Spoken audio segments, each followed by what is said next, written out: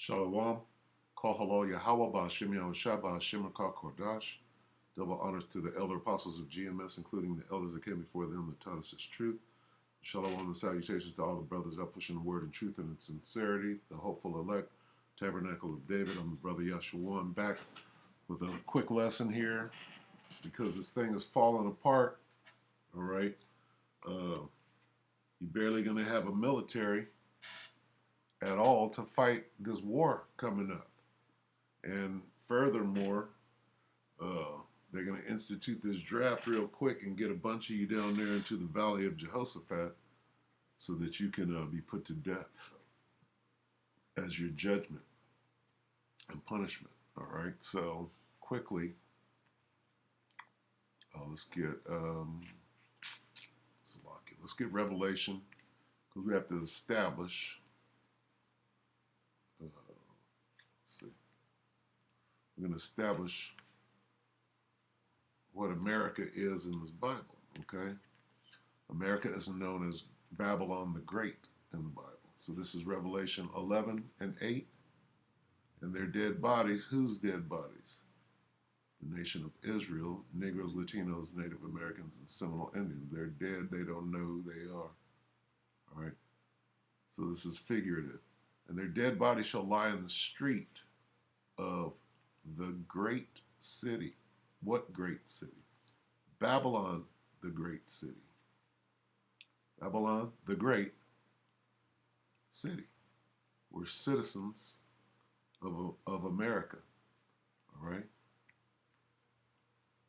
And Babylon, the great city, is spiritually, which spiritually is called Sodom and Egypt. This is what we're looking for. Here's the point, all right? So we know that this is talking about Israel, all right? And here we are in America, not knowing who we are. All right, we're dead to the world. All right, some of us are waking up right now, but the majority of us still think we're African Americans. All right, so this is saying that the great city, Babylon, the great city, is spiritually called Sodom and Egypt, where also our Lord was crucified. All right, so this is the point, Egypt. Okay, so the subject matter is that spiritually, America is known as Egypt. Now we'll go to Isaiah, okay? And we'll start at 1, Isaiah 19 and 1. The burden of Egypt, and this is talking in the spirit, spiritually, it's talking about America. Behold, the Lord rideth upon a swift cloud, that's a chariot, and shall come into Egypt, which is spiritually America, and the idols of Egypt shall be moved at his presence, and the heart of Egypt shall melt in the midst of it. And I will set the Egyptians against the Egyptians, that's the Americans, against the Americans. And they shall fight everyone against his brother, and everyone against his neighbor, city against city, and kingdom against kingdom. All right? And the spirit of Egypt shall fail in the midst thereof. And I will destroy the counsel thereof. Okay? And that's all we want right there. All right? So with that, let's go here. Let's watch this. And you can see that with this move, this so-called Afghanistan withdrawal has caused a rift. And this is let's see, September 1st, okay, The Hill channel.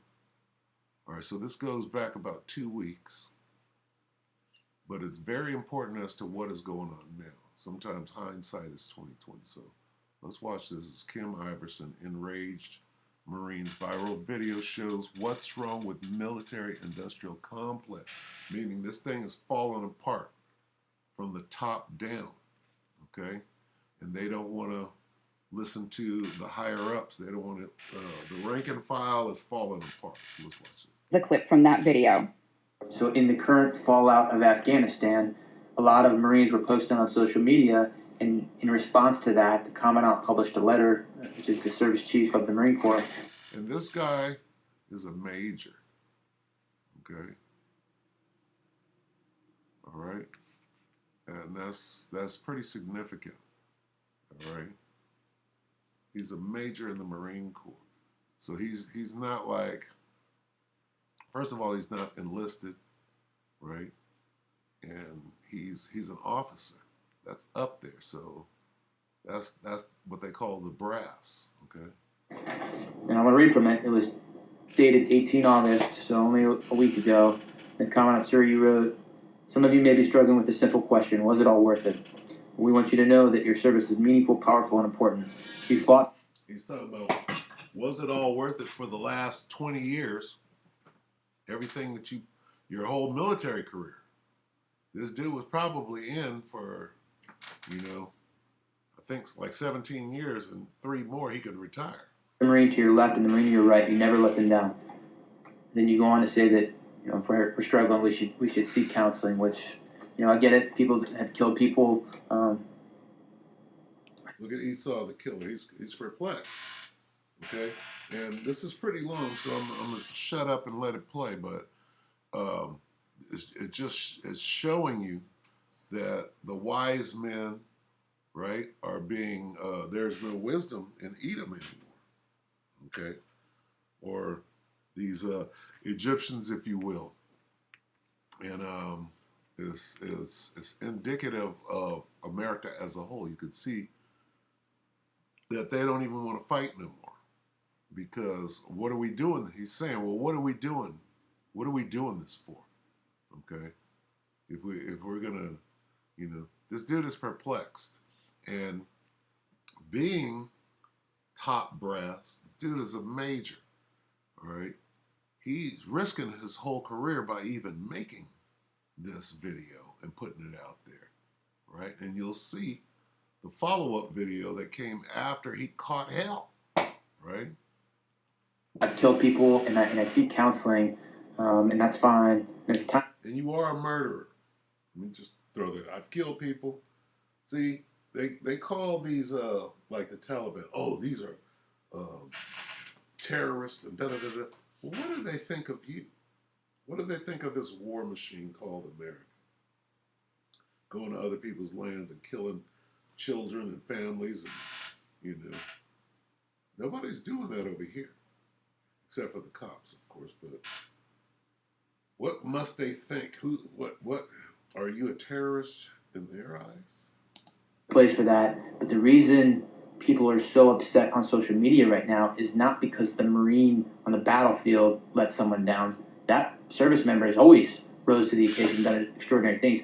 People are upset because their senior leaders let them down, and none of them are raising their hands and accepting accountability or saying, we messed this up.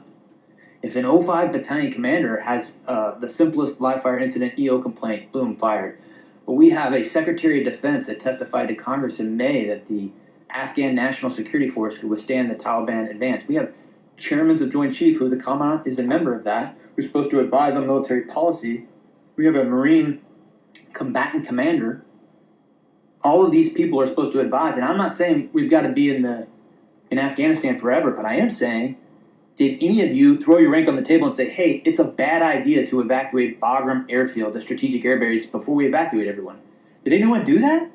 And when you didn't think to do that, did anyone raise their hand and say, we completely messed this up? I've got battalion commander friends right now that are posting similar things, and they're saying,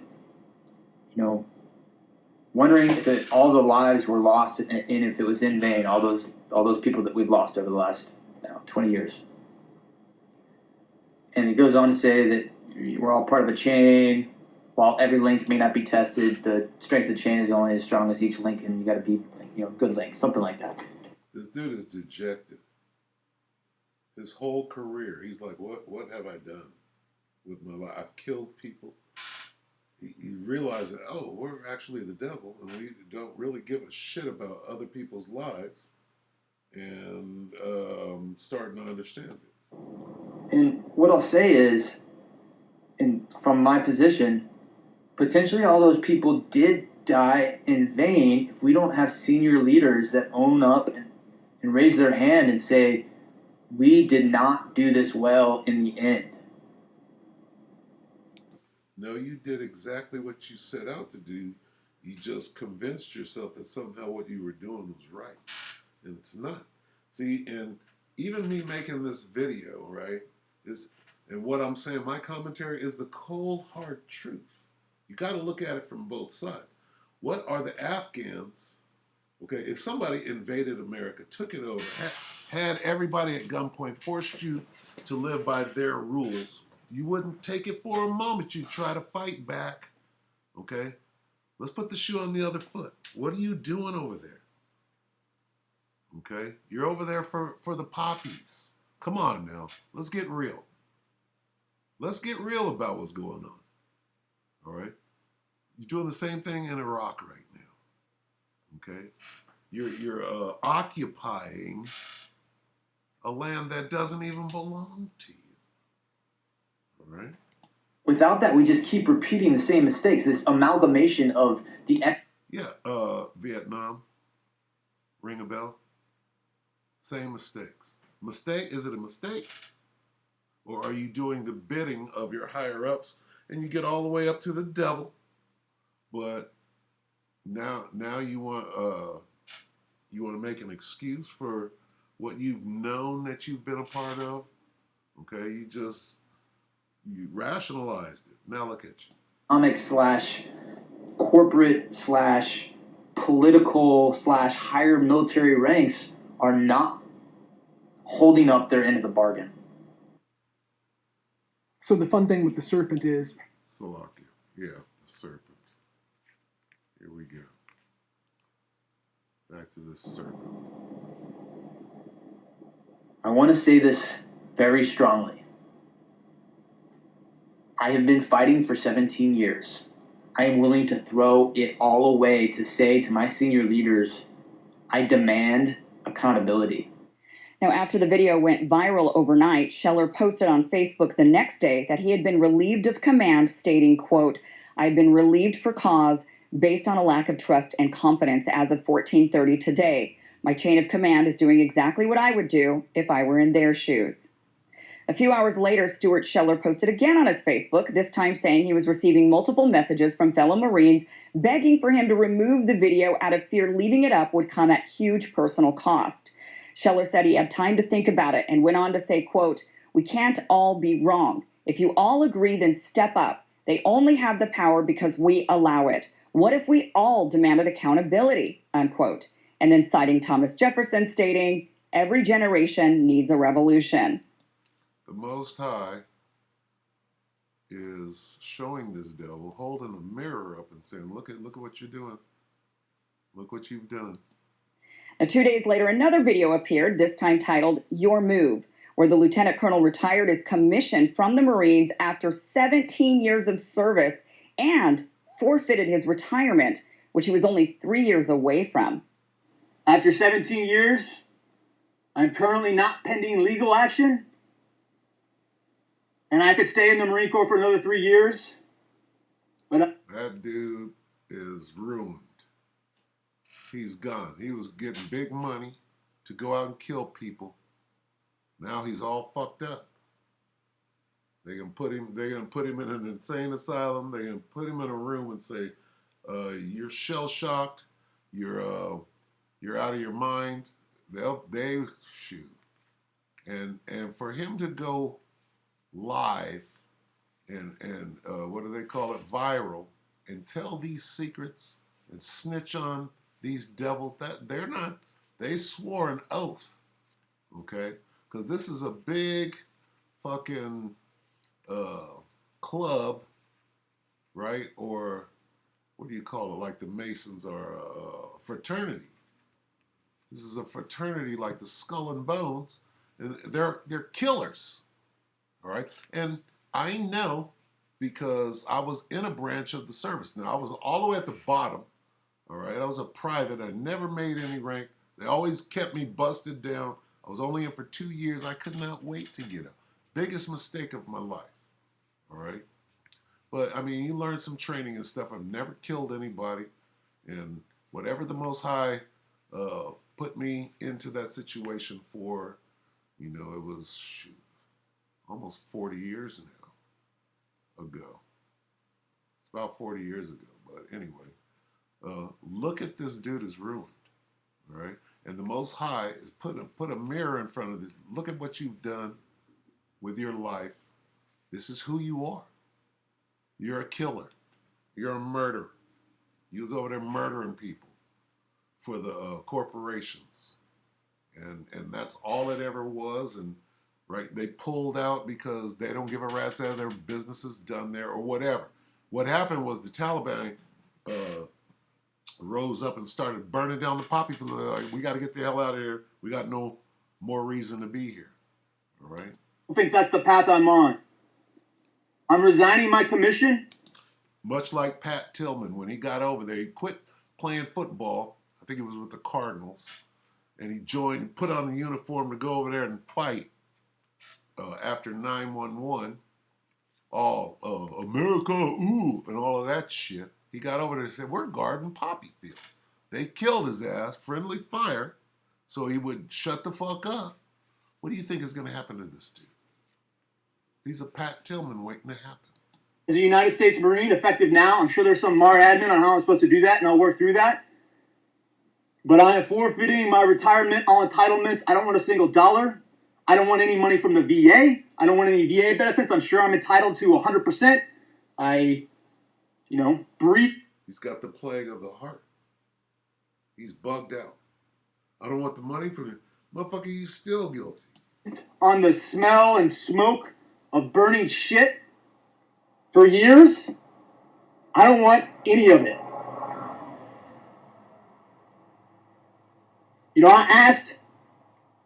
All I asked for was accountability of my senior leaders when there are clear, obvious mistakes that were made.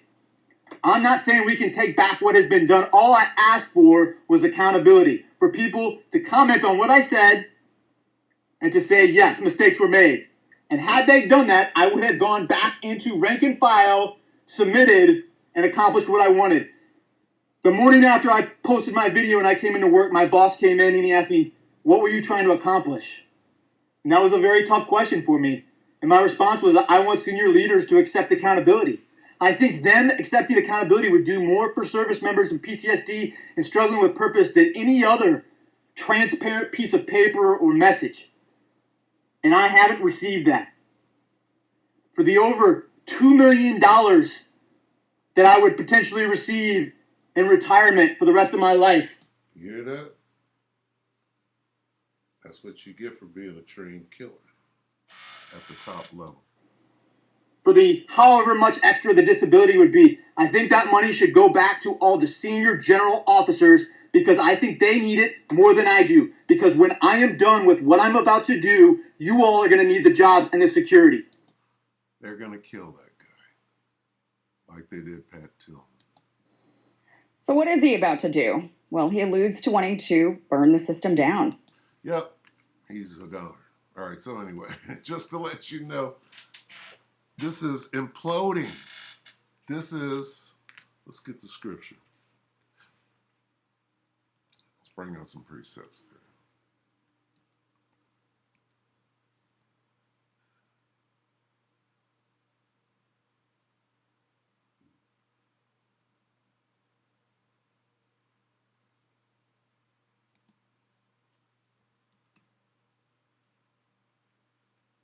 Go.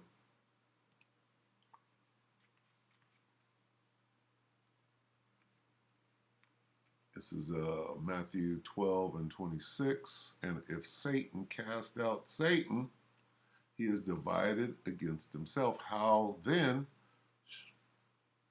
shall then his kingdom stand? All right? If Satan casts out Satan, that's what he's threatening to do. Did you just hear him? What I'm about to do. What you about to do? Officers, because I think they need it more than I do. Because when I am done with what I'm about to do, that's Satan casting out Satan. I'm finna blow the whistle on you, motherfucker. Salakia. He is divided against himself. All right. Can you see his kingdom fallen? Because it's not standing. All right.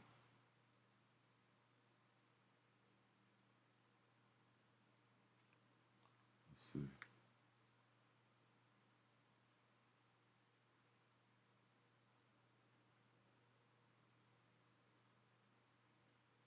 All right, that's good.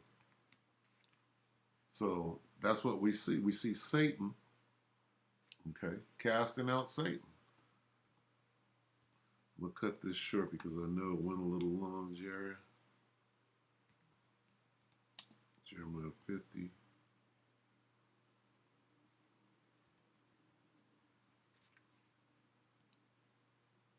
Let's go to 37.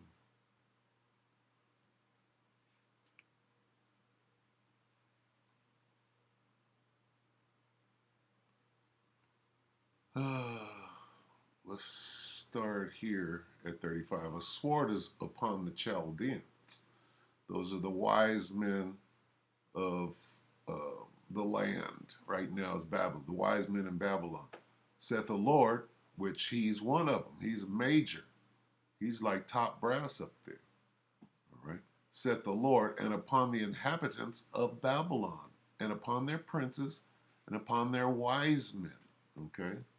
A sword is upon the liars, and they shall dote. A sword is upon her mighty men, and they shall be dismayed. They're dismayed right now. Okay? What sword? The sword of the Most High is perplexing these. A sword is upon their horses, and upon their chariots, and upon all the mingled people that are in the midst of her, and they shall become as women. Okay? Her horses and her chariots. This is talking about the military. All right? And they shall become as women. He's becoming a woman.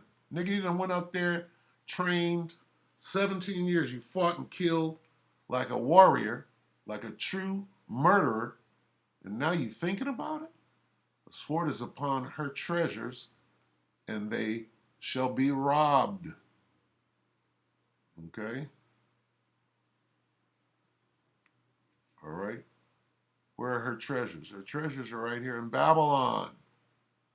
Right? Where'd you get your treasures? You done raped and robbed the world and brought the wealth back here. What were you doing in Afghanistan? Well, you were harvesting poppies, right? Opium, and bringing it right back here, making money, right? Financing whatever witchcraft you were doing. Okay? The sword is upon her treasures. Now, Russia wants to go in there. China wants to go in there and do what the UK did to them during the Opium Wars. They shall be robbed, okay? So that's what's going on over there. Let's get some more here. We'll go ahead and close. This is Isaiah.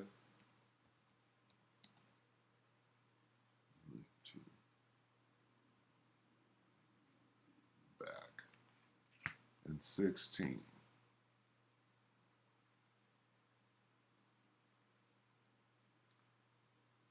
In that day shall Egypt be like unto women. Okay? Hey, where's the warrior? He talking about, I'm finna go tell. I'm finna go tell on you. Here it is. You all being the perfect fighting machine, Satan, going and robbing people, taking their natural resources. Went over there and killed a bunch of people, set up shop, slanging dope, getting paid. Now you finna go tell on, you know what I'm saying? And it shall be afraid and fear because of the shaking of the hand of the Lord of hosts, which he shaketh over it. Hey, that thing's coming to an end.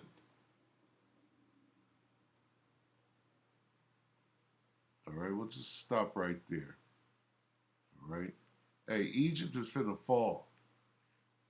All right. Babylon is falling. Is fallen is fallen. All right. So look for more defeats. They basically got ran up out of Afghanistan like they got ran up out of Saigon. Okay? The fall of Saigon. All right? Which signified, that was 69, 70. It started in 69 after the Tet Offensive, which was 68. They started getting their asses ran the fuck up out of there, right? And then they had to leave. In what, 75? They were ditching helicopters and stuff like that into the sea. They got ran up out of there, all right? And they've been losing wars since then. Yeah, did you win in Iraq? Did you win in Afghanistan? You were there for 20 years.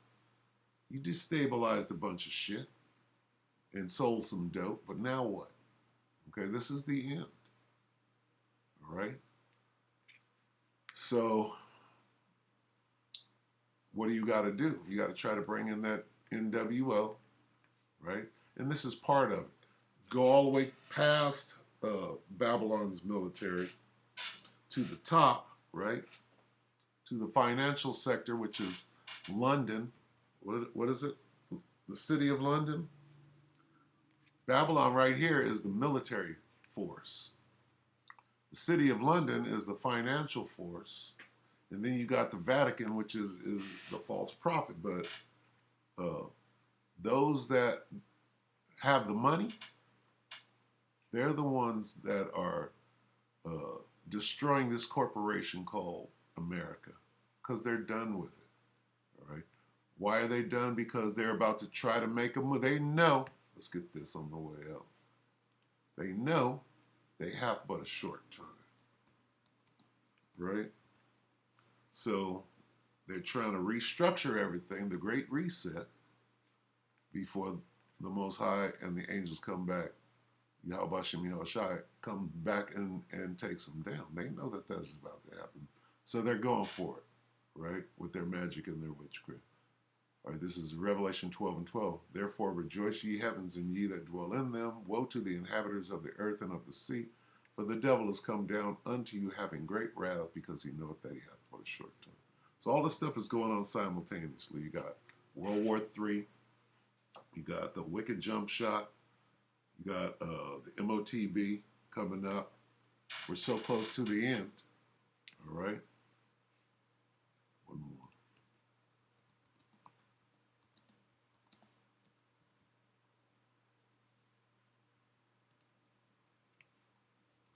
First Peter 4 and 7. But the end of all things is at hand. Brethren, therefore, be ye therefore sober and watch unto prayer. All right? So I hope that the elect was edified. And with that, we're going to say shalom.